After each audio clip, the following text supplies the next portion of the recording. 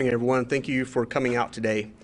I'm Assistant Sheriff Chris Jones, and I'm here to brief you on additional details as we know them, reference an officer-involved shooting that occurred on Tuesday, September 9th, 2020.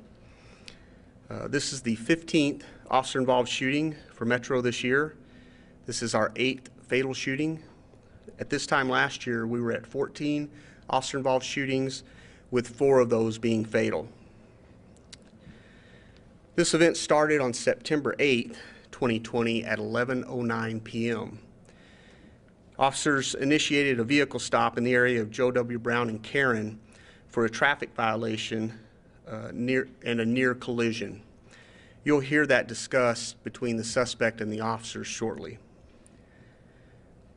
The location of the officer-involved shooting was on Las Vegas Boulevard near Convention Center Area Command, and you'll see this to my left. The first officer involved is Officer Gregory Hilton. He's 36 years of age and he's been with Las Vegas Metro since 2017. In this incident, he was armed with a Glock 17 9mm handgun with a tactical light, and our investigation revealed that he fired 2 rounds. Officer Hilton is assigned to the Community Policing Division, South Central Area Command. The second officer involved is Officer Francisco Mazon, M-A-Z-O-N. He's 29 years of age and has been with Las Vegas Metro since 2016. In this incident, Officer Mazon was also armed with a Glock 17 9mm handgun, and it was equipped with a tactical light as well. Our investigation has revealed that he fired 3 rounds. Officer Mazon is also assigned to the Community Policing Division, Spring Valley Area Command. The third officer involved is Officer Sean, S-H-A-U-N, Ward. He is 34 years old and has been with Las Vegas Metro since 2016. In this incident, Officer Ward was armed with a Walther PPQ 9mm handgun, and it was equipped with a tactical light. Our investigation has revealed that he fired 4 rounds. Officer Ward is assigned to the Community Policing Division, Spring Valley Area Command. And the fourth and final officer involved in the shooting was Officer Nicholas Grazioso. That's G-R-A-Z-I-O-S-O. Officer Grazioso is 26 years old. He's been with Las Vegas Metro Police since 2018. In this incident, he was armed with a Glock 17 9mm handgun with a tactical light. The investigation has revealed that he fired 4 rounds during this incident. Officer Grazioso is assigned to the Community Policing Division, Bolden Area Command. We do have body-worn camera of this event. We also have footage from our air unit that we will be showing you shortly.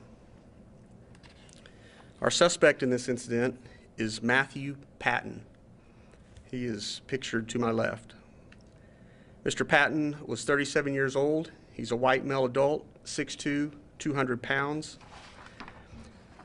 In this incident, Mr. Patton was armed with 2 knives. One was a palm knife that had a grip handle on it, and the second was a pocket knife, and those weapons are pictured to my left.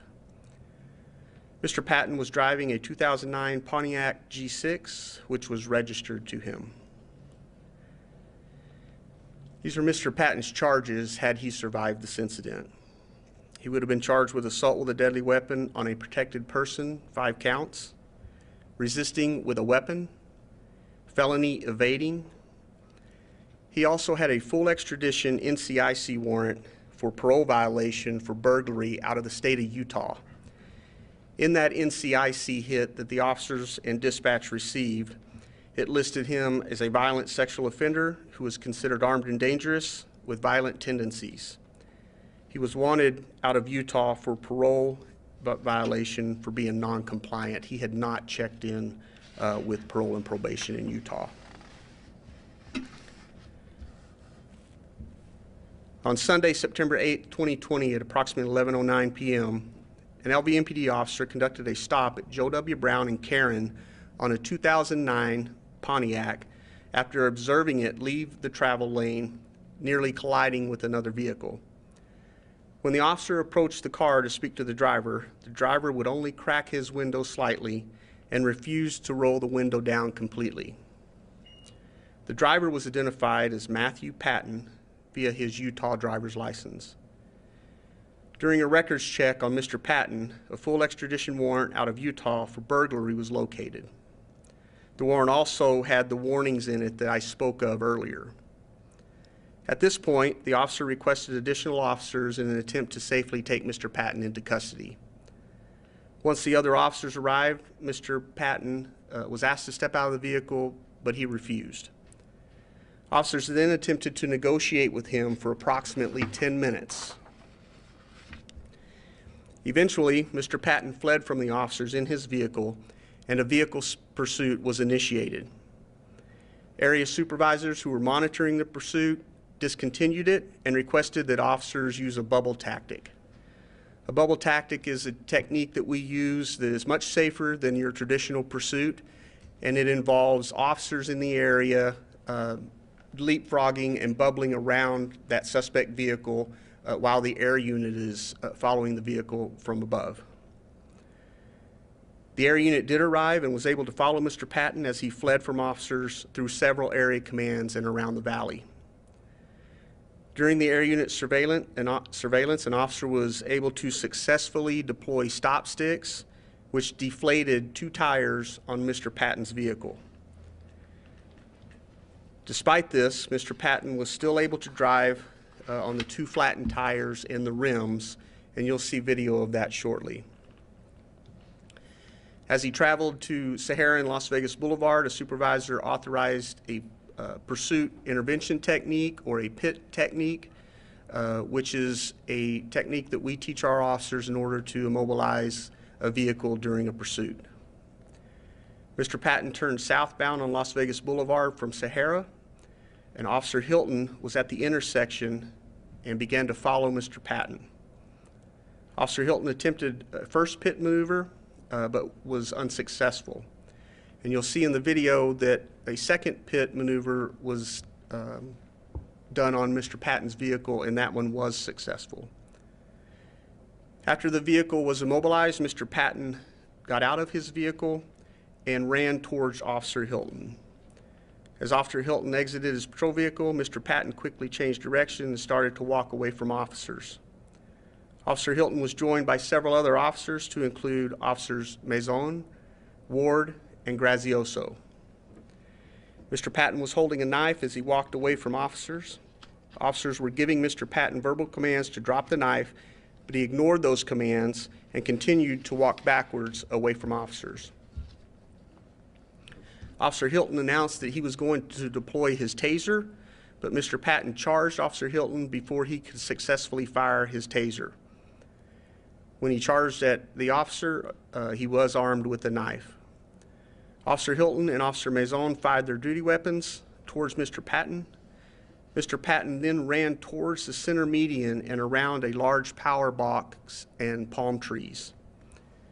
As Mr. Patton ran, a canine sergeant released his dog. Mr. Patton was able to dodge the dog and again charged towards officers from behind a palm tree. Officer Hilton, Officer Ward, and Officer Grazioso fired their weapons towards Mr. Patton, striking him several times.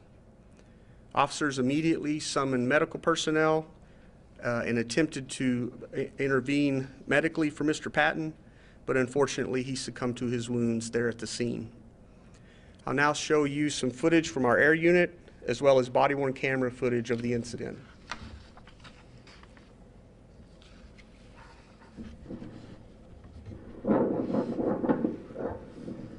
This is the initial stop. Hi, how you doing? You doing okay? You know why I stopped you? Yeah. Where are you headed to? You're not going to get out of the car? What's up? I can't hear you, man. If you get out, you're going to go to jail for a long time? What's going on?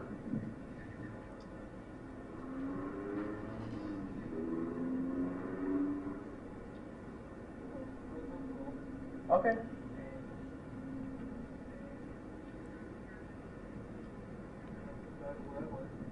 Okay.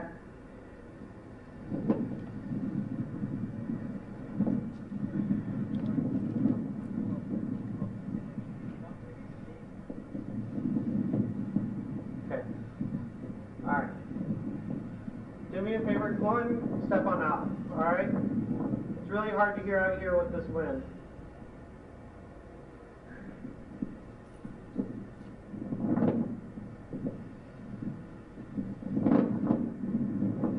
Control number 2, subjects refusing to get out of the vehicle.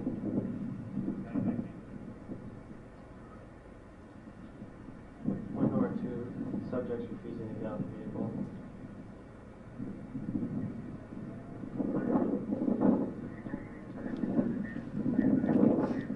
Can you step on out?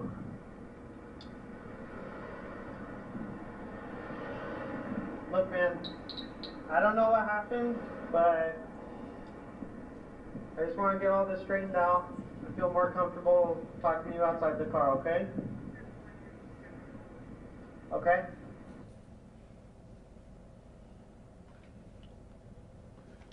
So next we'll move into part of the pursuit. Okay, hey guys, if you guys see a free moment where there's no cars, well, let's pitch it. We got a million patrol cars here. We got an open spot. Do it. F5 turning south on the boulevard. We got a unit right behind it.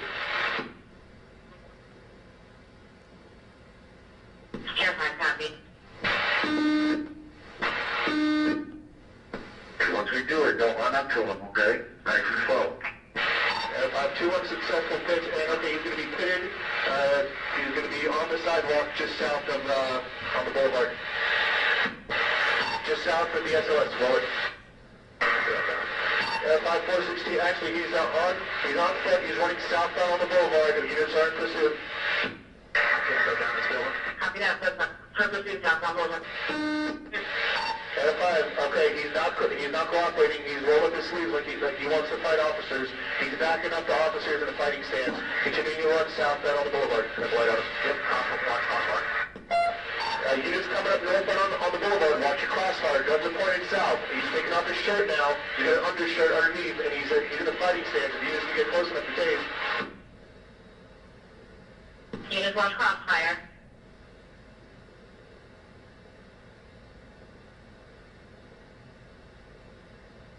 Everybody's still backing away from units. Looks like a pretty heavy set male.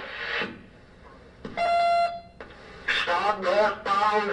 Washington goes on traffic. Air 5, I believe we have shots fired. Roll medical. I copy shots fired.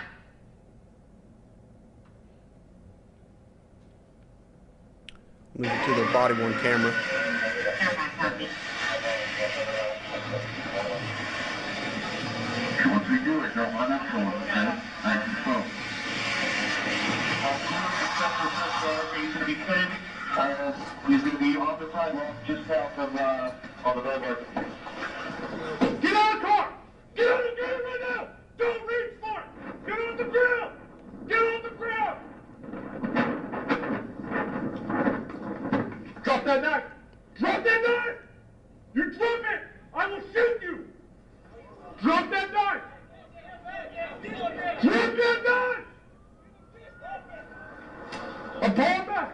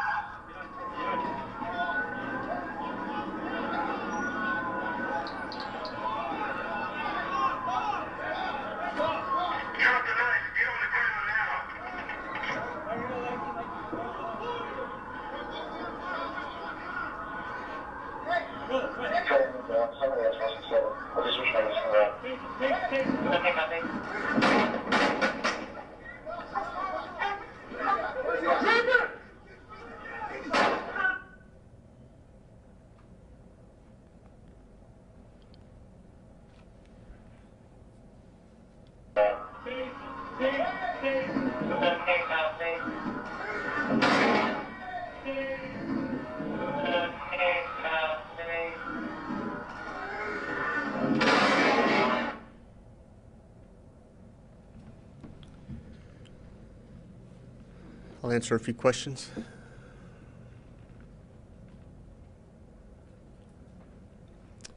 I appreciate you coming out today. Thank you so much.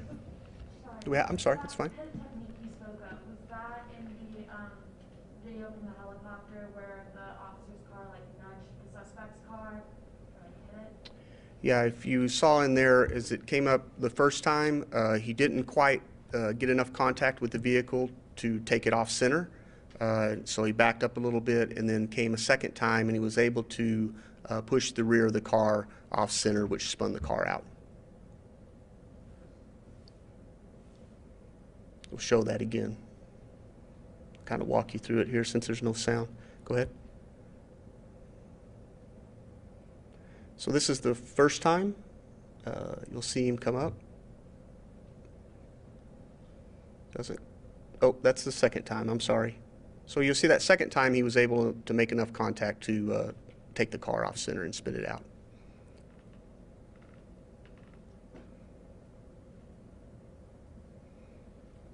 That was the first attempt. Because of where this was, Las Vegas Boulevard, I don't know if there was a lot of people walking that late at night, but how much of a concern was there that there would be tourists walking in that area that could be hurt by this person? Yeah, that is a concern. Fortunately, I guess in this circumstance, not for the city, but fortunately right now the strip is not that busy. But it is certainly a concern of ours that you heard the officers talking about crossfire. You saw as he came from those trees that they were shooting across the street. So that is a concern. That is something that our critical incident review team will examine closely as they do interviews with these officers. Have you been able to establish if Mr. Patton lived here, or has he just been on the run from his Utah warrant? Our investigation thus far indicates that he has been in Las Vegas for approximately 3 days. All right, thank you, everyone.